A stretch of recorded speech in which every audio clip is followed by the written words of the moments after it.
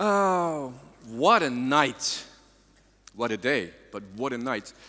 I have fantastic good news for you. We didn't receive the call from the Carabinieri. Nobody was found in the Trevi fountain. Fallait que je la fasse. Welcome, everyone. It's now time to dive into the exciting world of retail, trends, and innovations. We are familiar with the big trends shaping retail, but today we are going to share some new ideas to get you thinking. And for that, to talk about these topics, we have two wonderful ladies. For the record, they are newcomers at Cegid. So please, a big warm applause for Pippa and Tayana. All right.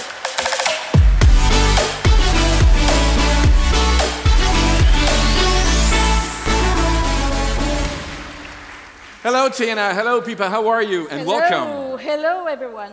I'm very good, Fred. How are you? Fantastic. Fantastic. Quickly, can you please introduce yourselves? Sure.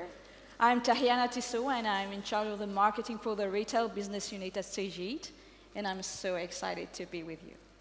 And I'm Pippa Parker, and I'm the Customer Success Director for the Retail Business Unit. All right, big question. What are the key retail trends in innovation today? Fred, if we speak about trends and innovations, we can stay here for hours because there are so many. But we have chosen 3 key topics that we think are really interesting and can give you an idea of what the future could hold. All right, so you just put that in 3 topics. Yeah. Well done. All right, so let's start with topic number 1. Okay. So for topic number 1, we're going to explore how retailers can protect profits during a challenging global market. Yeah, you're right, Pippa. Market is very tough with slow growth, as Natalie said yesterday also, and high inflation, which is squeezing margins. So it's really now important to focus on efficiency, but also on profits. Growth alone is not just enough. And of course, kind of managing and cutting costs is key when it comes to protecting profits. But it's also important to be diversifying and rebalancing sales channels. Okay, so what are the trends are we seeing here? Okay, yeah. Well, despite e-commerce sales growing by over 25% over the last decade, high costs in returns and deliveries have actually caused a decrease in profitability. Yeah, and some physical stores have become more profitable thanks to efficiency, but also thanks to better customer experiences. Mm-hmm. Do you think that these trends will continue? I think so, yes, Fred, because we see so many retailers using in-store promotions, but also strategic delivery pricing to drive customers back into stores. And some reports, for instance, predicting that in-store sales to grow by 7%, whereas it's only 3% for e-commerce. Okay. Do you have any examples to share with us? We've got lots of examples for you, Fred, don't worry. Okay, so the first example we're going to talk is Nike. And specifically what they're doing with their loyalty app, the Nike app. So loyalty applications aren't something that's new, it's not a new trend, but what we found really interesting by Nike's example is how they're using their loyalty app to kind of manage the customer journey and experience from online and in-store. Yeah, you're right, Pippa, and they take it one step further because when you connect this app with other Nike apps like Nike Running or Nike Training, they know exactly what you've bought, how you've used it, so it's really good for customer experience. Yeah, and this enables Nike to continuously learn about their customer behaviors and preferences, and is a huge asset to their business. Last year, they reported that their loyalty customers spent 3 times more than regular shoppers.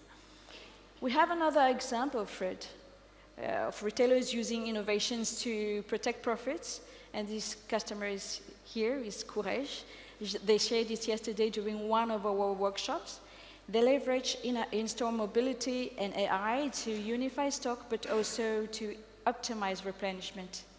Okay, that was topic number 1, protecting profits. Moving now to topic number 2.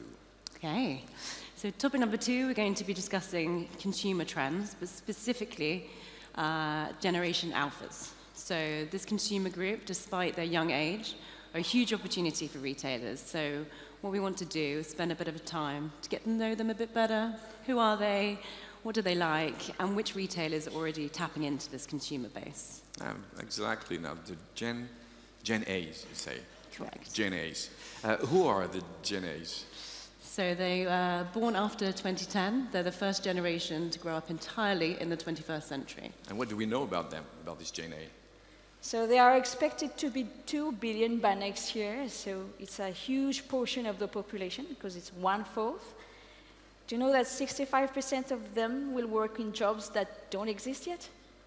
Okay. And they are the first generation to grow up really entirely with AI. And what are their shopping behavior? I suggest, Fred, that we ask AI. We behave a little bit like Gen Alphas. Okay, let's do this. Hey, Cegid Pulse, can you tell us what are the Gen Alpha's key consumer behaviors?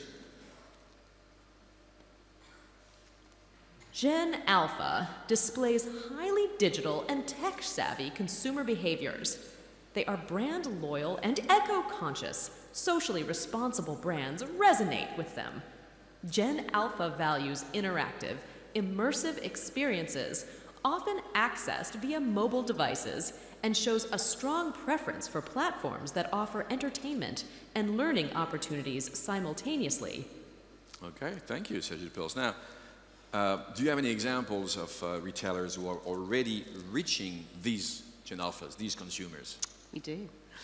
Unbelievable. One of my favorites is IKEA. So last month, they revealed the first look at their co-worker game. And so this is a virtual universe which is coming to Roblox later this month. Within this game, IKEA are recruiting real employees who will be represented by avatars, get paid a real salary, and interact with Roblox gamers and IKEA fans to explore this virtual IKEA world. Yeah, and sorry for those of you who wanted to apply for the job because the recruitment closed 2 days ago. It's too late. Yeah.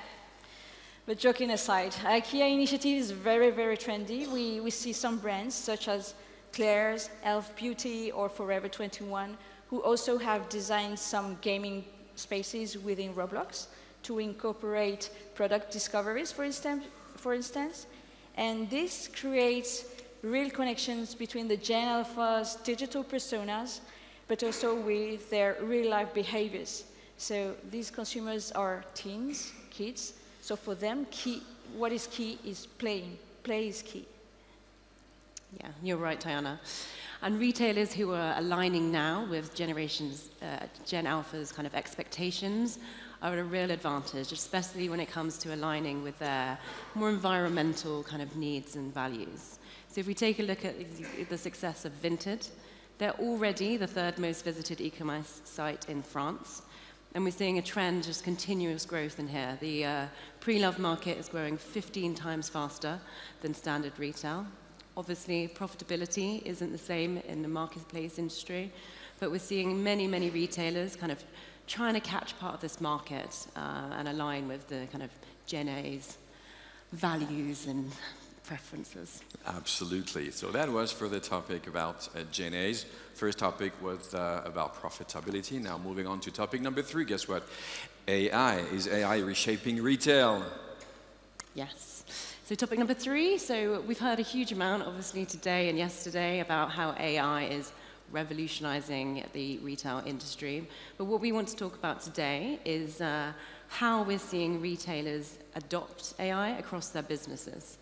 So first, the main place that we've been seeing retailers adopt AI is initially in their digital and kind of back office operations, making things smarter and more efficient. And the question is, do you have any examples? Yes, we do have examples. But first? The first example that we wanted to share with you, we have 2, in fact, right now. Tommy Hilfiger, but also the couples who are normally both in the room. So they are integrating AI into the design processes. So for example, the couples,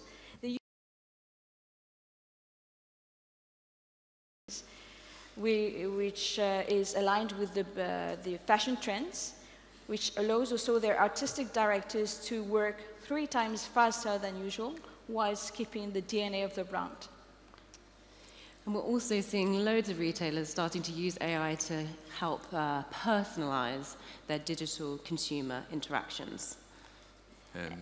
And in this area, we have another example, the example of a retailer whose name is Kohl's.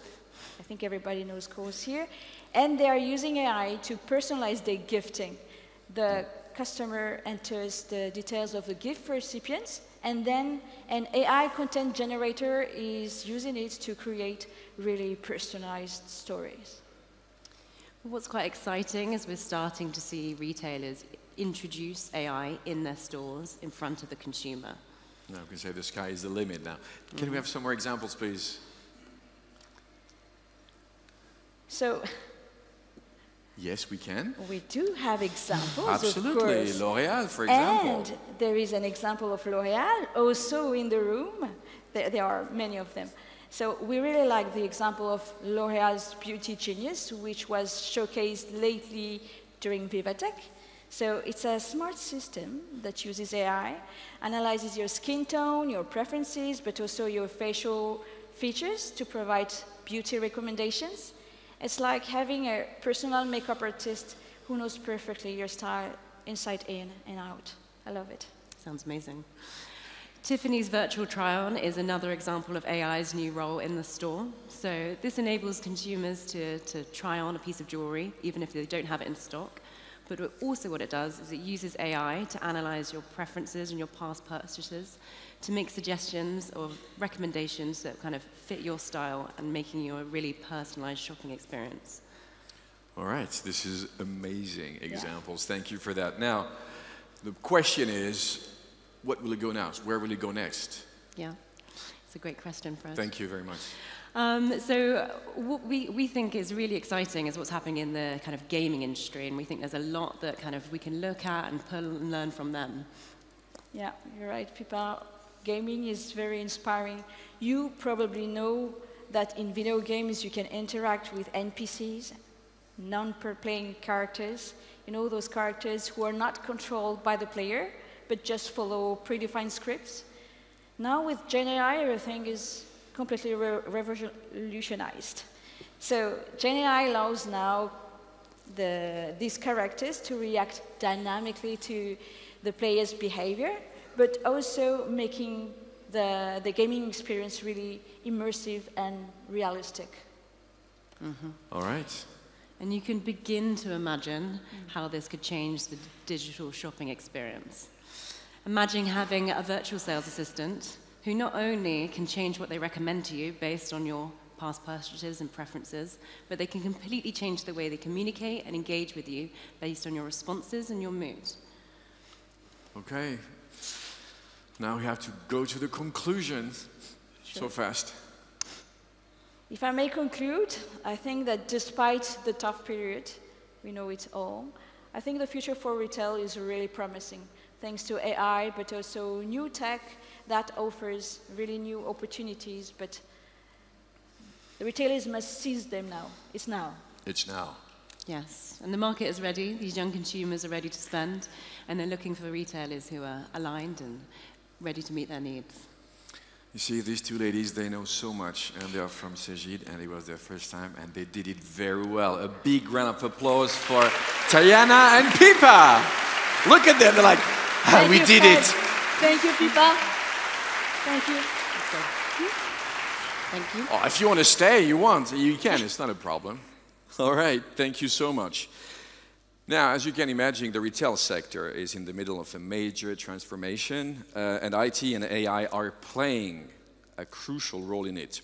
Whether it's improving the customer experience, optimizing inventory management, or personalizing marketing offers, advanced technologies enable retailers to stand out and expand.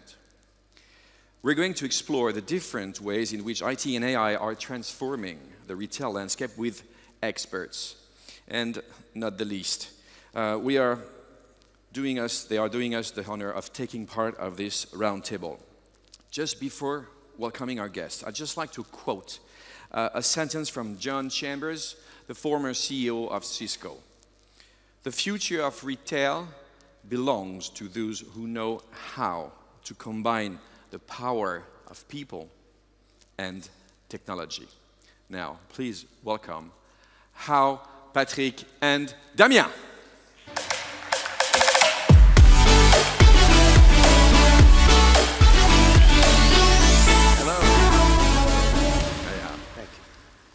Hello, gentlemen. Thank you for being with us. How are you today? How was the Dolce Vita? Wonderful. It was great. So far, so good. They say it well. Okay. Okay. Thank you very much for being with us. Can you please just present yourselves? Yeah, we start. So I'm Franck Deschamps. I'm in charge of retail at the Global Beauty Tech of L'Oréal.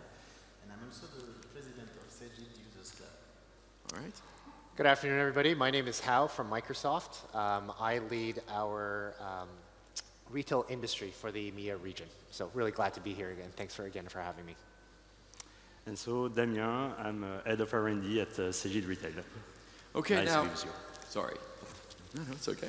How do you see artificial intelligence transforming the current retail landscape? This one is for you, Hao. Thanks. Wow. I mean, this is such a big question. I mean, it's, I know. And I think the two ladies also mentioned this perfectly as well. I mean, it's impacting almost everything. I think the question is, where is it not impacting?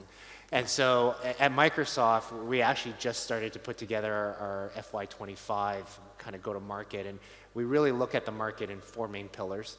The first one is really around elevating the customer journey and how we can potentially transform that through the use of not only generative AI, but also traditional AI. We also think about how do we optimize the supply chain, and then also thinking about enabling a more efficient store operations and frontline workers. And then the fourth pillar, a bit of a catch-all, but the way that we think about it is how do we get our customers to get more out of their data, better insights, better predictions, better forecasting. And so those are the four dimensions that we then break down into further use cases. And over the last, I would say, 18 to 20 months or so, what we've seen is there's been a shift in terms of the boldness, in terms of the speed and pace in which customers are starting to experiment, starting to pilot, and starting to kind of really deploy some of their solutions. We actually did a survey in June 2023 where we looked at what are all the different use cases that our customers are actually exploring and experimenting with. And what we found was that actually almost 2/3 at that time, and this was about probably less than a year into kind of this new refresh of the AI era, we found that almost 2/3 were all marketing related use cases. There were things around product design, there are things around campaign creation, product descriptions and so forth. But if you fast forward 6 months from there, we did another survey in December 2023, and what we found is there's a lot more diversification in the use cases. We saw that there were a lot more use cases around supply chain, like such as demand forecasting, inventory management, warehouse optimization, to loyalty, to e-commerce and omnichannel. I mean, it was really across the board. And we can really see that retailers are really starting to think about what can I do with this technology? Obviously, it's sticking, it's here to stay, and how do I start reaping the benefits so that I can better enable my business, my customers, and my employees? Thank you very much. Damien. For us, AI and the transformation of retail will be profound, enabling retailers to embed personalized and hyper-personalized and seamless, efficient experiences for their customer, while improving also all the operational aspect of their business and reducing the waste. AI will continue to evolve and mature, so new use cases and new innovation will surface at some point. And AI will become the norm for the retail sector, managing the customer data preferences and behavior to create tailored experience and more loyalty program and recommendation. Okay, thank you very much. Frank? Yeah, and to my point of view, we'll benefit from a big shift once AI and Gen AI will be everywhere. So, you know, we can see already the GAFAM, they're making haste to implement AI and Gen AI in all their software. So if you are able to do the same in our professional applications, then this will get this is when we will get the full benefit of it. So we've seen use case here, use case there. There was a lot of examples during this summit. You know, at L'Oréal, we're talking about augmented beauty advisors. So we want to deliver to them information that is relevant for their context, so that they can provide the best advice to our consumers. Information about stock, about products, about social media trends, about consumer testimonies, NPS, you name it. Today this data, it exists already, but it is fragmented, it is scattered across all different solutions. AI and GenAI will allow us to aggregate all of that and deliver it to our member of staff with just a natural sentence and in real time. So that is the power of this technology, and yes, definitely it will transform the way we interact with our consumers. Absolutely. So you do understand that AI is everywhere, and the big question is, what do I do with it, so to speak, and how can I use it to implement in my retail business? Now, what are the major challenges AI is helping to overcome in retail today? It's plenty of them, but let's focus on three. As first, as I mentioned, it will elevate the customer experience. That will be all what you have said during those 2 days, but we enable a retailer to improve customer experience, providing personalized offer and recommendation, and improving customer services, providing 24/7 support, having access to a chatbot and stuff like that, virtual assistant. Second thing is about optimization. AI helping all the retailers to optimize their operation, reducing the waste, reducing and helping for order fulfillment, and all the automation and hyper automation that the technology is bringing to the market. And last but not the least, it's all about protection. AI is helping also to protect the business, fraud detection, improving cybersecurity, optimizing pricing, inventory tracking. This includes machine learning. It's not Gen AI, but really all the AI technologies that exist on the world. Okay, how? Yeah, I mean, when we look at the entire retail sector all up, I mean, we hear from our customers all the time, right? We're a low margin business, high volume, and for us to be able to pivot to these type of disruptions like AI is challenging. To redeploy resources, redeploy focus, redeploy strategy, it's a huge challenge. And especially in today's kind of environment where we're facing not only significant technological disruption from generative AI, but also at the same time facing challenges from macroeconomic volatility, from geopolitical uncertainty, supply chain disruptions, evolving consumer expectations. We just heard, I mean, Gen Alpha, I mean, very different in terms of how they think, how they behave, how they buy. And so how do I kind of take into account and really think about this confluence of different factors and variables and be able to kind of really focus on how I differentiate my brand, how I differentiate my strategy, and making sure that I'm still engaging my consumers in a way that they want to be engaged across not only the up-and-coming generation, but also the existing generations that are there as well. And as these generations become more disparate and their behaviors become different, again, it's a big challenge. So to me, I mean, talking to a lot of our customers, you know, they understand that generative AI or AI is going to be a significant disruption. You know, Accenture did a survey a few months ago as well, looking at stack ranking all the different disruptions that matter the most to business leaders. And in 2022, 2023, as you can imagine, it was COVID, geopolitical uncertainties. But as you start getting into the back half of 2023 and into 2024, it was by far technological disruption. And so this is where a lot of business leaders really need to think about, how do I start reaping the benefits? How do I not fall behind? How do I not only experiment, but really thinking about my strategy all up and thinking about how AI plays a role in that? And how do I actually do that in a safe, secure way so that I'm not compromising my security, I'm not compromising the experience to my customers, and I'm making sure that, you know, I'm doing this for the right value and return of my investment. And we will, of course, talk about the security matter of course. a bit later on. Thank you very much, Anna. Can you give us some concrete examples of how AI has helped personalize the shopping experience for consumers? We start with L'Oréal, with you, Frank. Yes, indeed. So you've seen it, and I will deep dive a little bit. So L'Oréal created its own generative AI solution. So it's called Beauty Genius. It has been presented in Dinatec, but also during the opening keynote of the CES in Las Vegas by our CEO. The application main objective is to provide personalized advice to our consumer. So personalization, so that remains the grail for retail. Today it becomes a must-have. It's a must-have feature to remain at the top of the competition.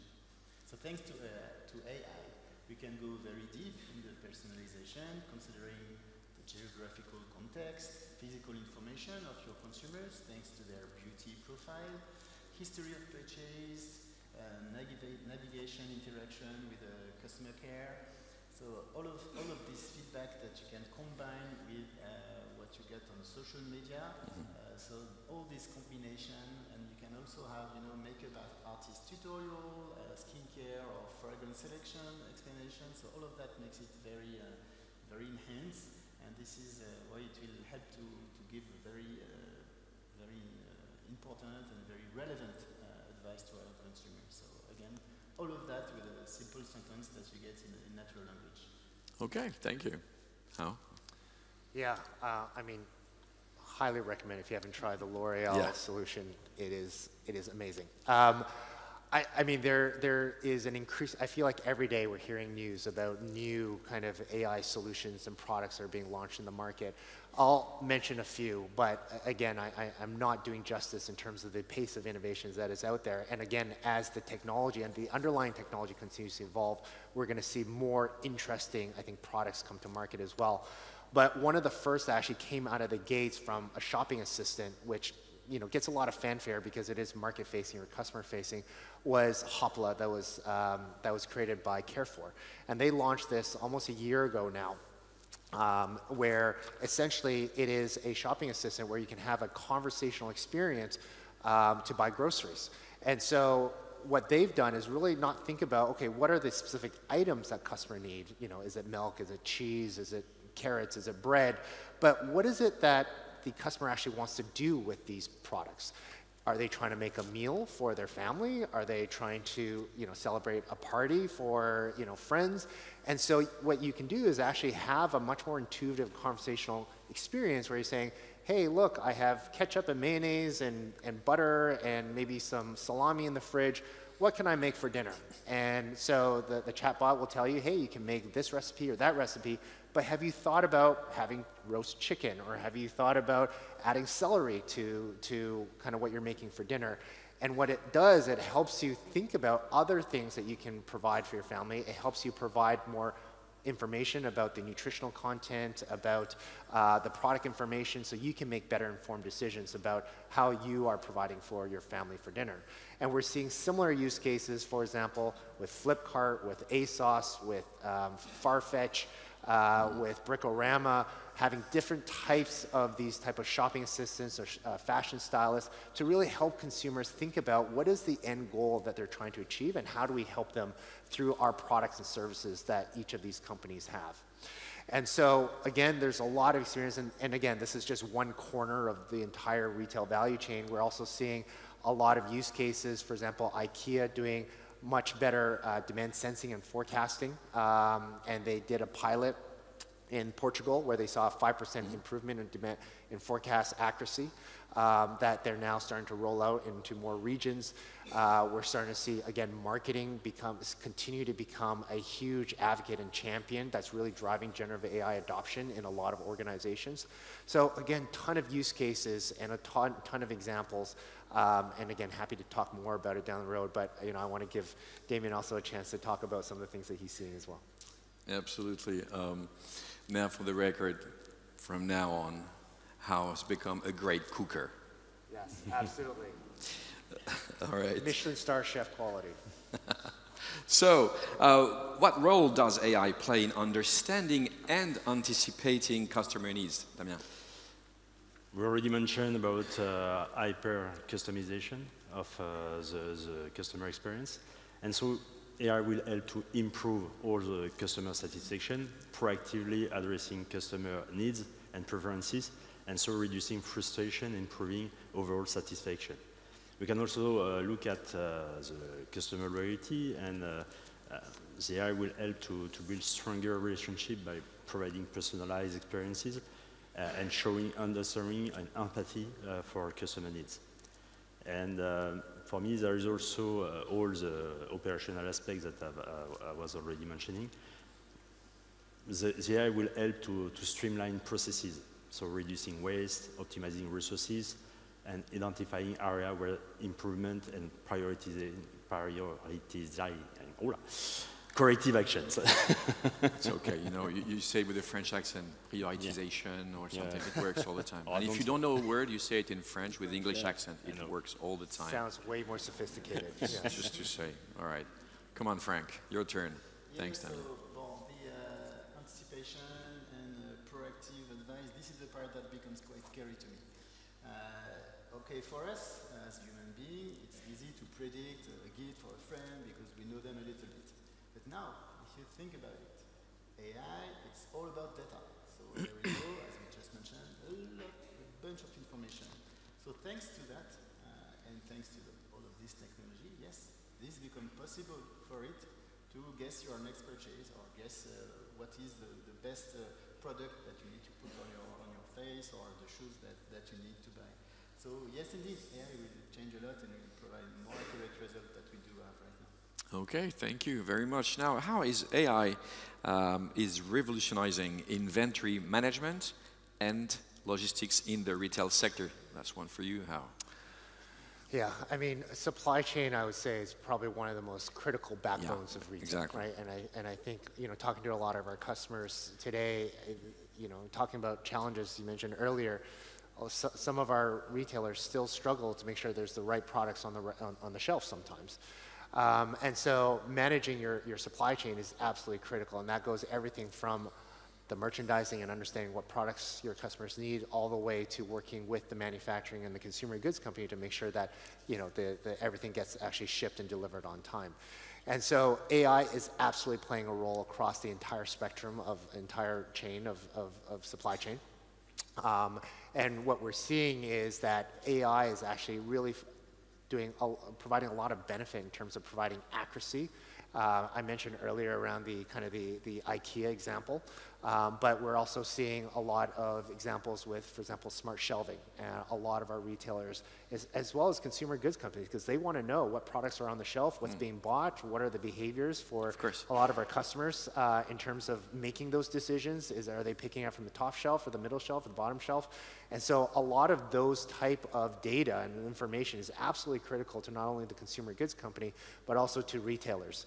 And so from a planogram design perspective. And so we're seeing AI playing a lot of role in terms of computer vision to understand traffic patterns, purchasing behaviors, but we're also seeing things like smart shelving providing that additional contextual layer to be able to provide that richness in terms of insights across the entire spectrum. Of course, that then translates and flows down the entire data chain into everything from warehousing, logistics, transportation, and that kind of continues across. So as we're seeing more and more of these, you know, I think, you know, we're going to see the supply chain becomes much more intelligent. I think we're also going to see consumer goods and manufacturing as well as retailers play much closer together in a much more integrated way. I know there was hesitancy in the past because nobody really wanted to share their data. We then moved into an era where retailers were monetizing their data and consumer goods are buying that in order to drive better decisions around product development.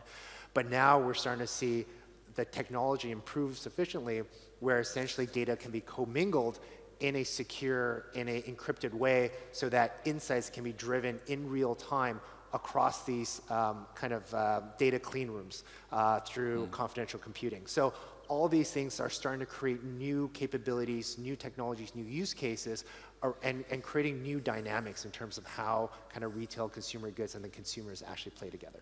Thank you very much. Now, of course, speaking of that, we're going to talk about security, privacy, and ethical issues. So how is your company addressing these issues associated with the use of AI in retail?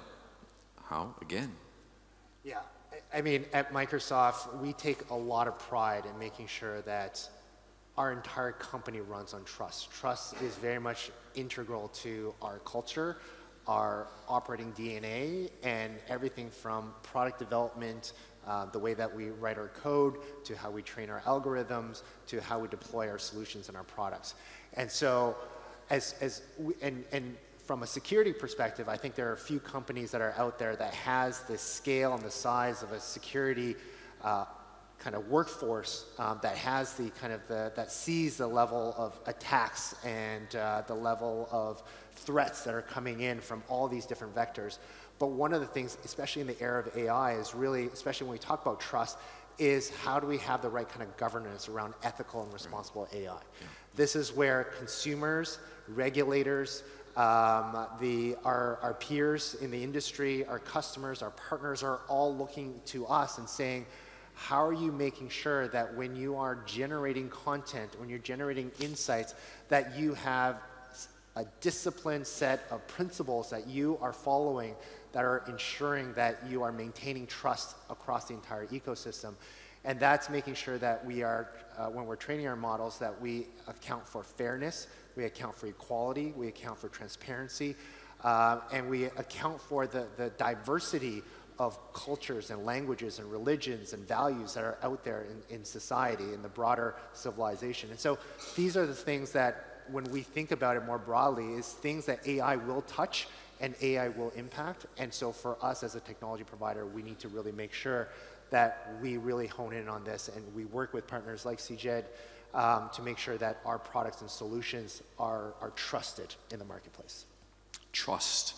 Thank you for that, Damien.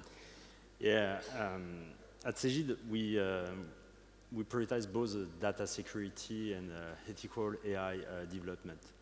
The AI is bringing great power in the transformation, but great power means great responsibility. And so our product committees are making sure that what we design in terms of use cases are meeting the most pressing business need, of course, but also adhering to the highest ethical and moral standard. So we believe that trust is built on transparency, accountability, and robust security measures. Okay, we stay with you, Damien. What measures are you taking to protect consumer privacy in data exploitation AI? It could take longer than this roundtable, but because I've done 2 workshops this morning about security, so I hope some of you already participate to those. And in fact, to make a long story short, we apply good practices like data minimization, anonymization, and of course access control to those data. AI is a new set of computation about the data, and so are not accessing directly the main database of Y2, for example, but more vectorized data set to provide context to the engine, but not full control of your data. Okay. Now, what is let's say, the main message you would like to convey to the retailers that are right here? Frank, about AI, of course. So yeah, I would like to step down a little bit. Just to say that if we continue in the same trade, because for the last 20 years it has all been about technology, and we'll become more and more dependent on technology. Maybe, by the way, it's already too late. So without technology, we'll be less productive, we'll not be able to achieve the self-performance, etc.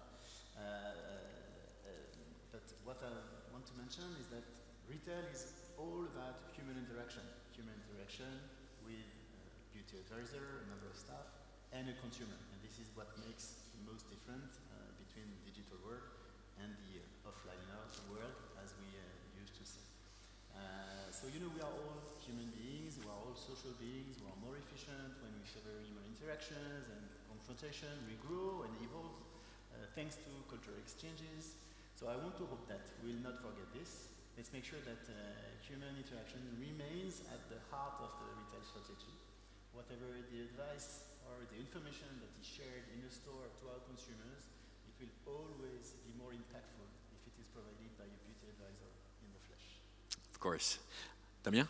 Yeah, I fully agree with Frank, but we have to see that AI, and specifically generative AI, is our fourth revolution of our software industry.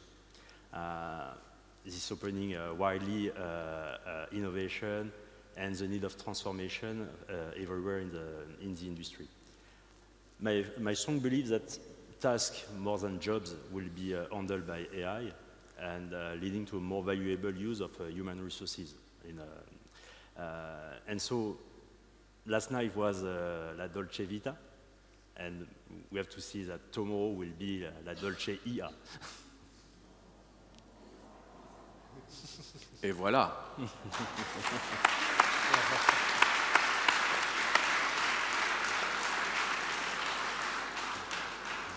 I told you, Damien, it will work. Last question before the conclusion now, gentlemen. What are the next steps for your company in integrating AI for a more innovative and responsive retail industry? Frank? Yes, well, there are many use cases that are being studied at the moment. There's a whole team working on it that has been created only for that. So most of them are related with the generation of asset, images, starting as well with videos. I've seen very much interesting tests that they were doing to reshape design, retail design, so that was very much interesting. So AI is also used a lot to identify patterns, whether it is in the CRM data, for fraud, in the management of stock optimization. So I would say that, again, we have the use cases, we know what to do now. Probably the challenge will be to select the right solution and be able to scale it, making sure it's available to most of member of staff. So in the meantime, we must not forget the organization transformation that will be necessary in the company to optimize and to optimize the usage of such technology. Thank you. How? Next steps, please. Yeah, I mean, there's so much that companies should be doing and could be doing, and many are doing. But for me, one of the biggest message is that don't let the pace of technology and the pace of technological disruption paralyze you. And we're seeing this with a lot of our customers. They're seeing all this innovation, ChatGPT 3.5, 4 Turbo, 4 Omni. I mean, literally month after month, and you're seeing things like Sora, like DALL-E, all these things coming out. I'm like, oh my God, what do I do with it? And then you hear about what's coming next. Oh my God, quantum computing is coming, robotics is coming. All these things are starting to converge together, and what do I actually do? And we're seeing a lot of paralysis because of companies thinking, should I wait? Should I be a fast follower? Should I lead in certain types of use cases? What's truly differentiating for my brand and for the experiences I want to create? So my message is quite simple, and I think I echo what the ladies before us said, is like the future is here, it's today. Yeah. And you have to be bold, you have to take some risks, you have to ask questions, you have to think about what the future is. Now, there is also the risk of building products and solutions based on technologies that maybe when you're done piloting could be outdated, right? There is certainly that risk. And so continuously talking to your peers, talking to partners, talk to us at Microsoft. We're always more than happy to share our point of view in terms of what's next and what we're building and how we're thinking about generative AI 6 months or a year down the road and how we're thinking about the impact of that in retail. Talk to us, all right? We're more than happy to share that. But take the risks and making sure that you have the foundations to go fast and succeed, which means having the strong data foundations, having a strong cloud capabilities and talent in the workforce. Make sure you're training and driving that awareness, not only from your technical resources like your engineers, your data scientists, and your developers, but also your leadership, making sure they understand what the implications are of AI to their business. And then making sure that you have the right kind of governance, right? We talked about kind of security, we talked about ethical and responsible AI, making sure those things stand up, because once you start moving quickly, those things are going to be fundamental to your success. So again, be bold, take risks, but make sure you have your foundation set up and continue to explore. Thank you, Damien. Yeah, you embraced the AI journey as part of a new strategic plan, Forward.ai. We have initiated creation of a Center of Excellence targeting 200 FTEs and the adoption of AI on our daily life. We do evaluate technologies and create proof of concept. You have seen some of them yesterday and in the village. And our next step is to bring those innovations to the market and continue to learn and adapt to this changing world. All right, we are running out of time. It was so interesting. Sorry, guys. At the rehearsal, I told you you have 2 minutes to conclude. Now you have 30 seconds. Deal with that. Yeah. As a conclusion, what do you want to say, Frank? Please. So AI, it's a fantastic opportunity to achieve the next level in terms of productivity and work optimization. But let's make sure that we do not forget anybody in this speed train of performance and speed train of innovation. As you said in the introduction, retail is all about people and technology, and both are important. Thank you very much. How? Yeah, I mean, I really want to echo what Frank just said. I mean, there's a reason why we call all of our products Copilot, right? Because it's not autopilot. It's not there to replace humans. It's there to make us more efficient, more productive, more creative. And so it is very important to make sure that humanity stays at the heart of what we do with this technology. But nonetheless, it is a disruptive technology that is a generational game changer for us. And how we really reap the value and capture the value of this technology is unknown, right? The frontiers of what generative AI could do and how far we're going to push it in terms of our large language models and the what we do with it is unknown. We call it the jagged edge frontier of AI for a reason, because there's some things we know and some things we don't. And for us, we also have to keep in mind that generative AI or AI is going to consume a lot of resources, and we need to really think about our responsibility back to our communities, back to the world in terms of what are we truly using this technology for? Is it for the right things? And I think that's something that we as this group, as humanity, as society, constantly need to think about, because it's going to consume a ton of power, it's going to consume a ton of resources, it's going to require us to create more and more data centers that requires more resources. And so how can we really think about being responsible back to our communities in terms of how we use AI? So again, bigger, more macro type of question, but I think it's something that I do want to leave you with, is that humanity certainly is at the heart of AI, but also our responsibility back to how we use and how we harness this technology is going to be just as equally as important. Thank you, Hal. Last words are for you, Damien. Okay, as we are running out of time, I will just say 3 words. First, don't fear the beast, play with it, and adapt to it. Get ready for this changing world. And of course, at Cegid, know that we have Steve Kiono and Laurent Jobs in the team. We are ready for the future. Okay, ladies and gentlemen, Franck Deschamps from L'Oréal, Hao Gu from Microsoft, and Damien Haas from Cegid. Thank you very much. Thank you. Thank you. All right. For the next 4 hours, no, sorry, I'm kidding. Just a few minutes now, we're going to discuss the transformation potential of generative AI for Cegid in the retail industry. So we'll make a focus with you. And for that, we have the pleasure to welcome the Chief Product Innovation Officer at Cegid Group, ladies and gentlemen, André Brunetière.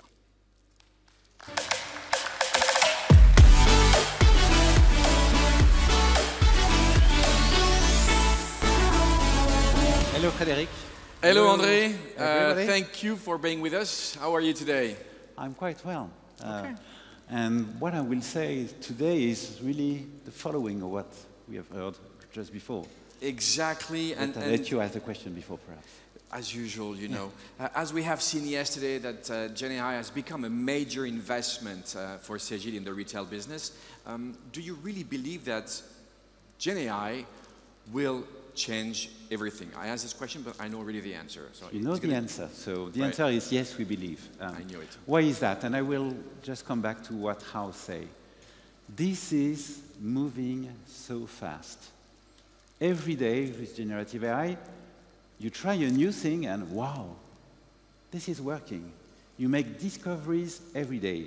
And that's really the main reason for which we believe in it. And at least we believe in 2 things. First, automation. We still have, in the way the software is interacting with the user, a lot of processes that are boring, time-consuming, and poor in terms of relationship between the human and the machine. And so we can work on this automation to make disappear those boring tasks and have something much more efficient, useful, and pleasant to use for you. And the second thing, of course, is the new way of interacting between machines and humans based on natural language. Because, of course, this will completely change the way we imagine what is the basic form factor of today, the screen, in fact, because a lot of more possibilities will open to us. And we have to think it, when I say we, it's you and us, we have to think it in a wider context. LLMs are also public, which means that whatever you will do, the public will use it, especially those Gen Alpha guys. So I think if it has not already happened, you will have some people coming to your store and say, I've gone on ChatGPT, on Gemini, on another one, and they told me that. Can we start from that to have an interaction and for me to buy something in your store? And so you could play that at 3, so one AI, you and the customer. You could play that at 4, one AI of the customer, one AI of yours, you, the customer. And you will have to develop this type of dialogues and to make them converging for the purpose of being in a store, buy something. And so this is opening all those possibilities. All right, so the answer is yes, everything will change now. Do you think that the retail has to reinvent its business because of AI? Reinvent seems for me too extreme. Why? Because if we return back to the basics, what we want is to sell goods to customers, human beings still. And of course, when we make some history, e-commerce, 15 years ago, e-commerce was the end of life of stores. Everybody was thinking that. The reality is not this one. Of course, it has created some shifts. What you do in a store is probably different now because of the e-commerce than it was when the e-commerce was not there. I think that Gen AI will create new shifts, but still with at the center, and thanks to what you said, Front, there is a human relationship in order for somebody to buy something that creates some value, pleasure for him. And I think we should keep that in mind. And I even think that the intensity of this human relationship could grow with AI compared to today. Why is that? Because you've tried ChatGPT or another one, and you sometimes feel that it's a little bit too assertive, too affirmative. It's telling you, this is the truth for you.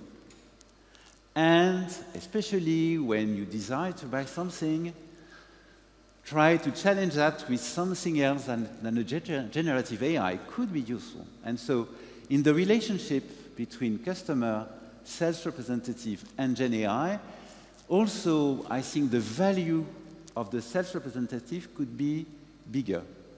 We could come back to, let's say, 30 years ago, when in a clothes store, you are saying, oh, the blue is so beautiful on you, Frederic. Thank you.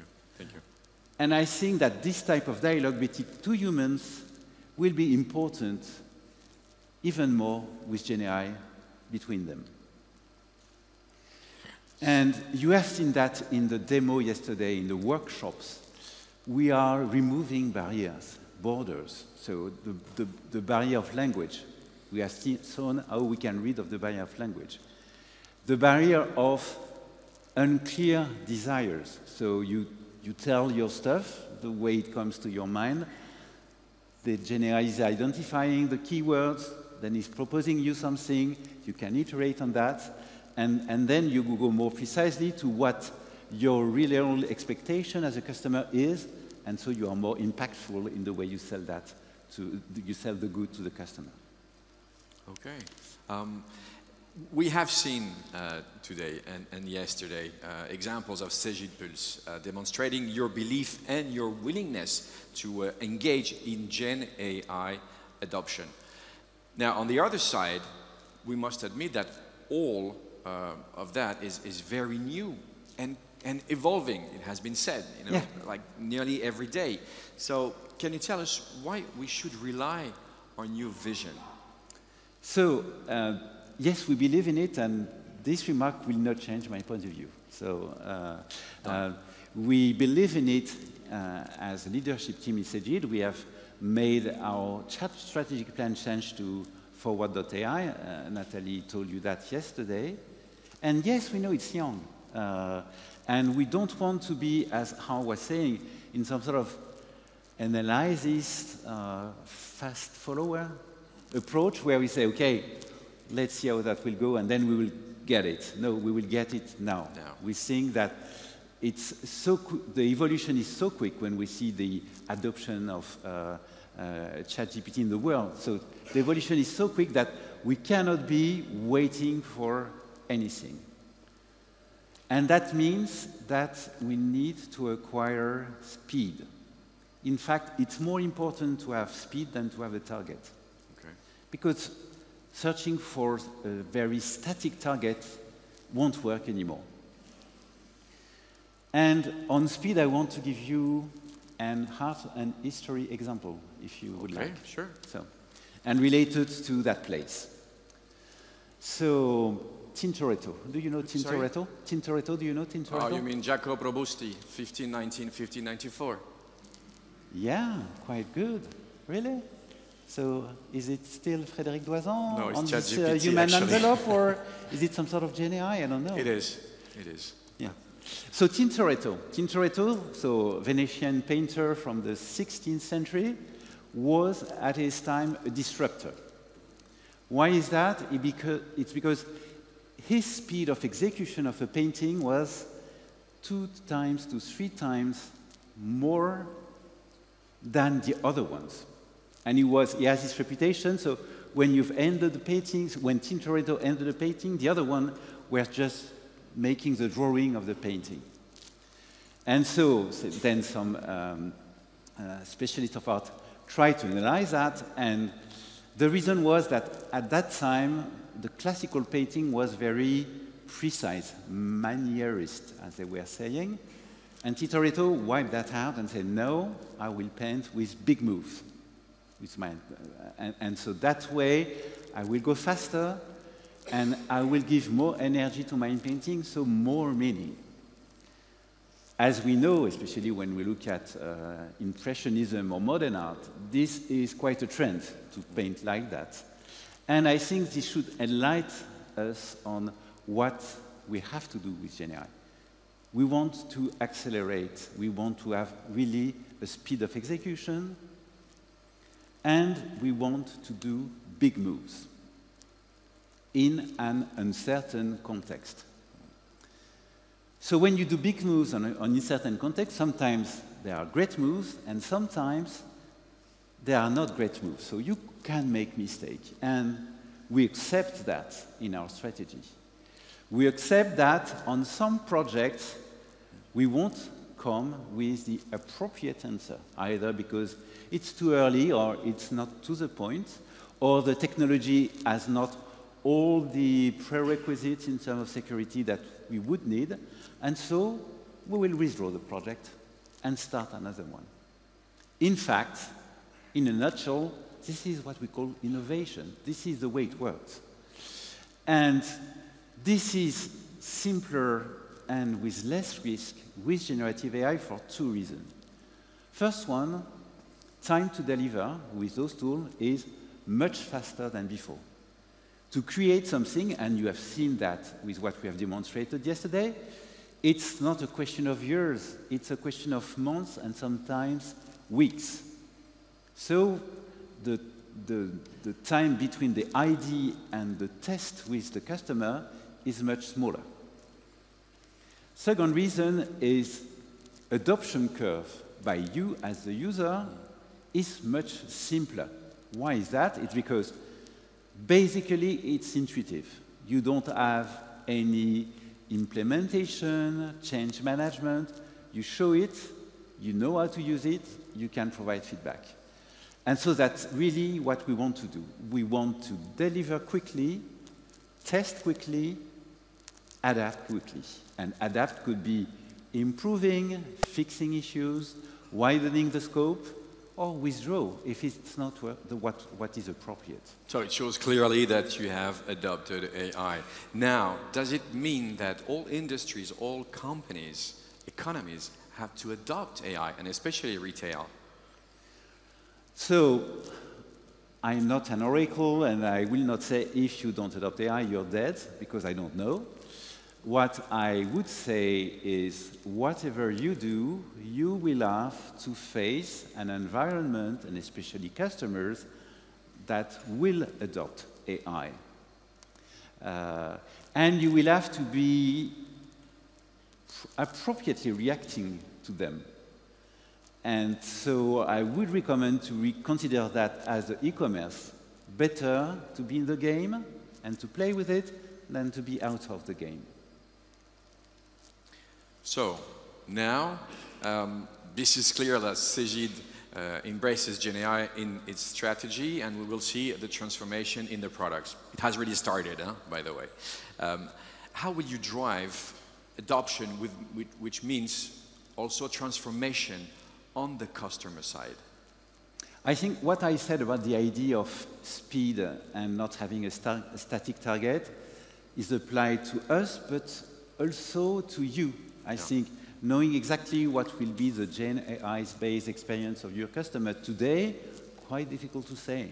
And so I think this idea of acquiring some speed, inducing a move, accelerating, is what we have to develop together. And Pulse, the name of Pulse is really illustrating that. It's giving energy to accelerate. And so we will not provide from day one the solution with a big S. We will provide things to test. And we will really need you to test them. So Dan, how will you propose which feature to propose to the test?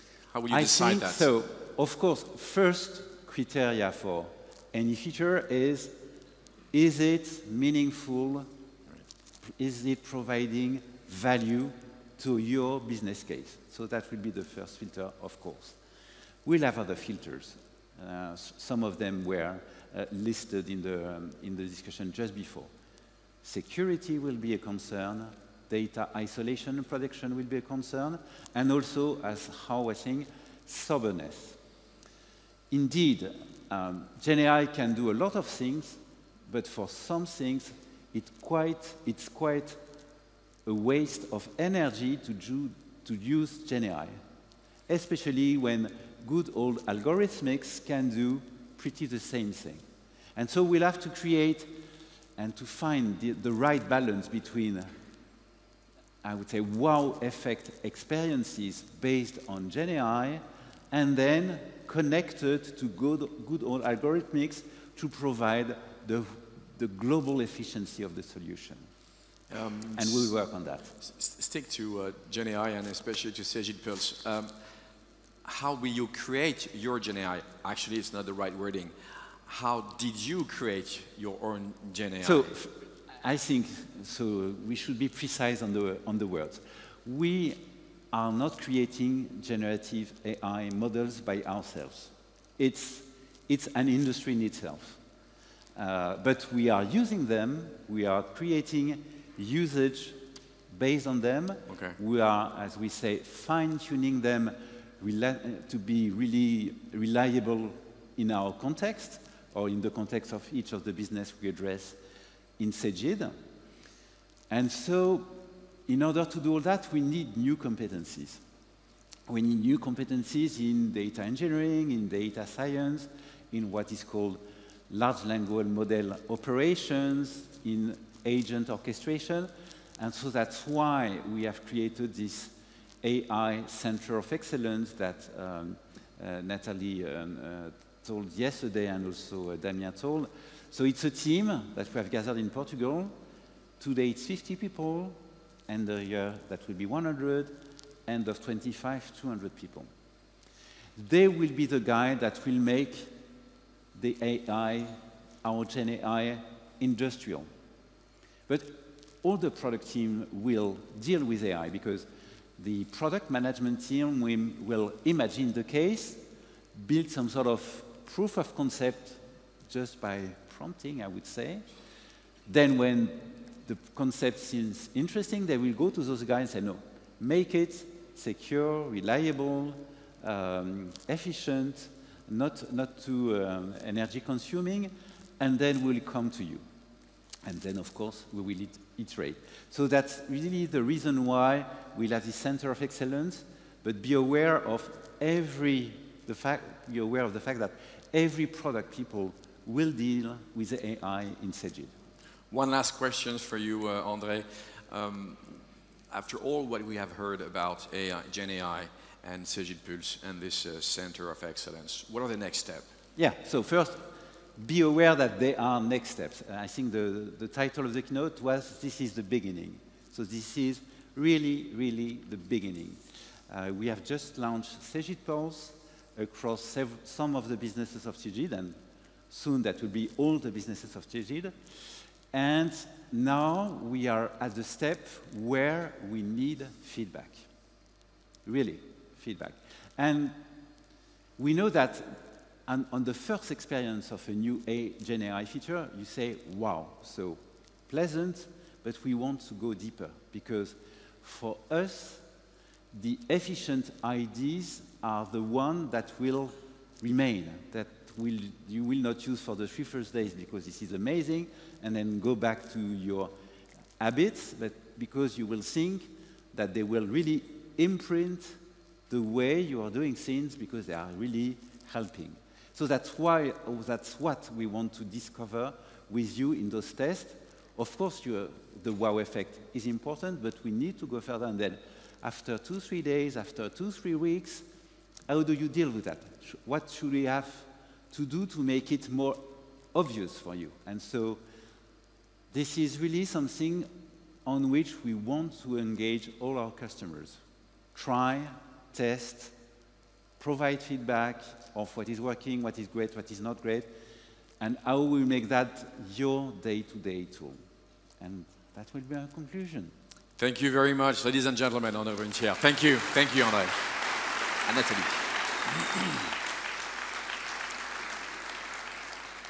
And now, ladies and gentlemen, this session is coming to an end. Oh, yeah. And for the closing words, please welcome back Nathalie et Chinard.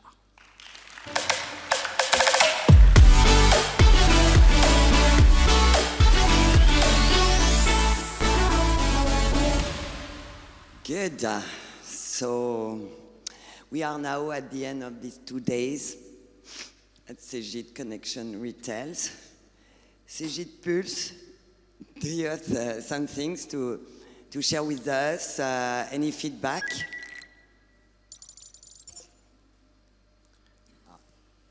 Here she is. What did you think about the convention? What is your feedback? What? Is it over yet? So soon. It was so great that even an AI like me could almost shed a tear. Anyway, the generative part of me got a kick out of it. Bravo for these 2 intense and exciting days. Yes, you're right. 2 days during which we have shown and demonstrated Cegid's commitment to innovation and the impact of AI transforming the customer and the staff experience, with the first concrete use cases into our solutions. 2 days with workshops that allowed you to explore Cegid new solutions, talk about the future of the retail, and share plenty of feedbacks. It was very enriching, amazing, if I may. Cegid Pulse, anything else you like to add? Any last word?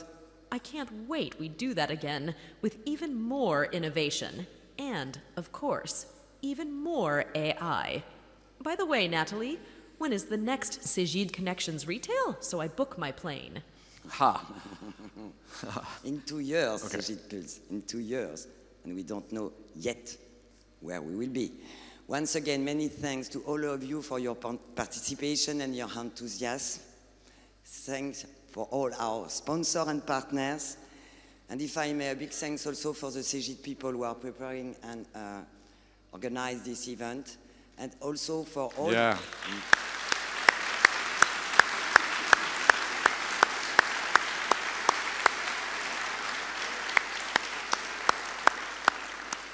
And also a few words for our product delivery team, because 6 months ago, we did a bet, and you did it, and it was very impressive in myself to see what we have built, a real concrete use case in our product in few months. I'm very proud of you guys, so thank you very much.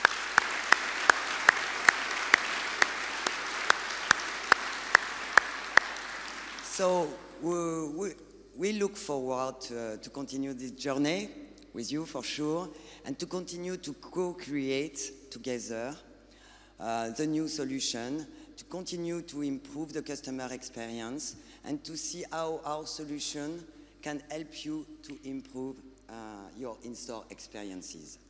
And above all, here she is. together, we have to reinvent retail. So take care and see you at least in 2 years for the next Cegid Retail Connection. Thank you very much, Nathalie. Thank you.